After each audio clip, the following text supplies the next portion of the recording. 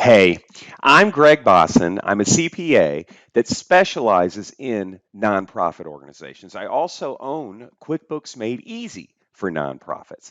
And all we do is worry about teaching accountants, nonprofits, bookkeepers, all things nonprofity. And I wanted to talk to you just for a minute about the taxes that nonprofits sometimes have to pay. It's called unrelated business income tax, or you may have heard it called UBIT.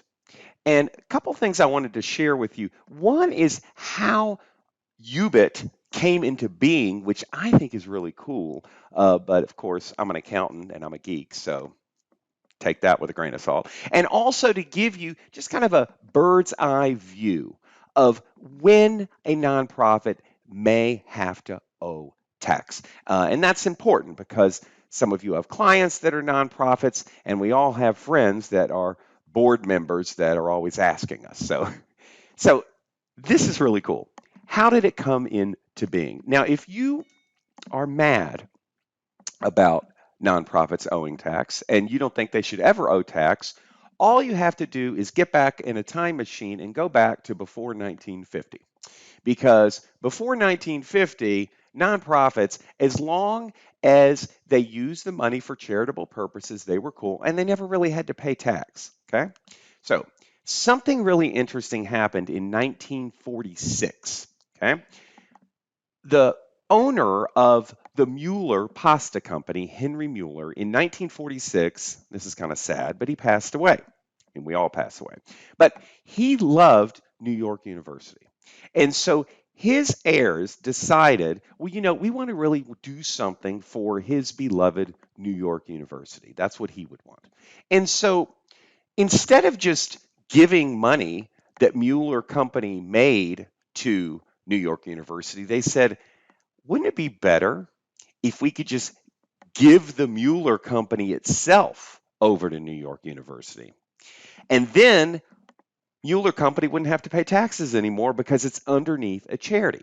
You see, before 1950, as long as the charity used the money that it made for charitable purposes, didn't matter what the charity did. Even if it was unrelated to its charitable exempt purpose, it wasn't taxable. So, like if you had a homeless shelter, you could open up a bar, and as long as the money was used for the homeless shelter, the bar wouldn't have to pay tax. And so, what the Mueller Company did was they said, well, you know what? What we're going to do is we're going to donate the Mueller Company, I guess the heirs, donated the Mueller Company to New York University. Okay, now technically they didn't donate it, they sold it, but 100% financed it. But anyway, bottom line is the Mueller Company ended up as kind of part of New York University, and New York University is a nonprofit. Ipso facto, Mueller Company doesn't have to pay taxes anymore.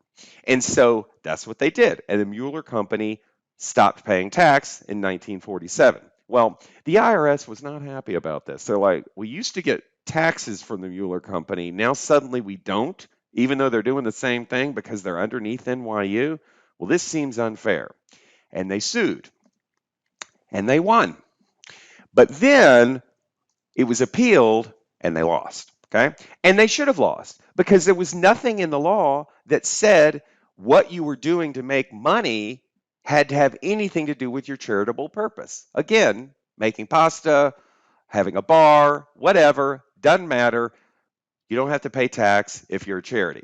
So that seemed a little unfair, but there was nothing in the law that said otherwise. And so this upset the other pasta makers who did have to pay tax. Now they're directly competing with the Mueller Company, who does not have to pay tax. So that seems unfair.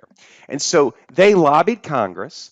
And so what happened was, after they lobbied Congress, Congress changed the law and they created unrelated business income tax. So UBIT was born. Now, originally, it was a fairly simple law, bouncing baby UBIT, but with all the exceptions and all the rules and blah, blah, blah, blah, blah, it became much more complicated. And so now UBIT is fairly complex. Now, the law, you can read all about it in publication 598. It's very interesting. I actually have it in my bathroom.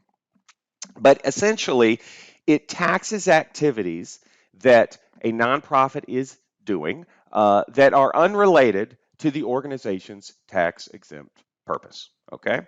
Using the funds raised for your charitable purpose is not good enough. Okay? The thing that you're doing that earns you money needs to be related to the charitable purpose. Okay? So I'm going to give you a kind of a bird's eye view, and there's a lot more here, but just in general, in order for a nonprofit to have to pay taxes, all three must be true. Okay, so what you want at least one of these three not to be true so you don't have to pay tax. But if all three are true, got to pay tax. Okay, so here's the three things. The thing that they're doing, the income producing activity, has to be a trade or business. It has to be conducted regularly, and it has to be not substantially related to your tax exempt purpose. In other words, a pasta company making pasta has nothing to do with NYU, okay, with being a university, okay? So those are the three things. So let's give you a little quiz and see if you can understand. Now, of course, it's much more detailed than this, but let's do a little quiz.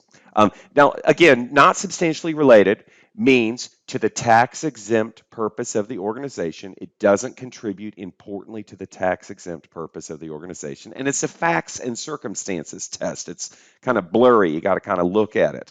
So I'm going to give you a little quiz here because you should know enough already to decide, but you have to decide on a case by case basis. So let's look. A charity in Atlanta, that's where I live, that promotes public interest in the arts. So that's their purpose. They promote public interest in the arts.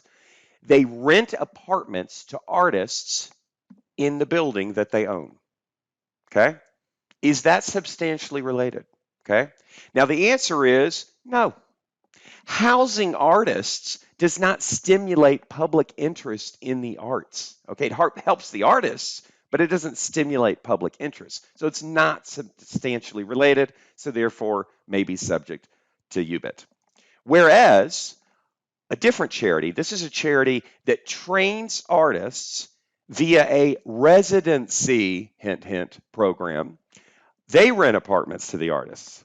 Well, now it is substantially related because housing the artists is an important part of the program. So therefore, they owe tax. Okay? I'm saying they don't owe tax. Ooh. Anyway, so if you're interested in this, and if you like me, then and if you're going to Scaling New Heights on Sunday at 2 o'clock, I am teaching a session on unrelated business income tax. And you should come because you'll learn and there's going to be prizes. I'm going to give away cash and I may give away as much as $1,000. I want to get a lot of people there. Okay. So, I mean, it's going to be fun. We're going to do the little class and then we're going to do a little game show.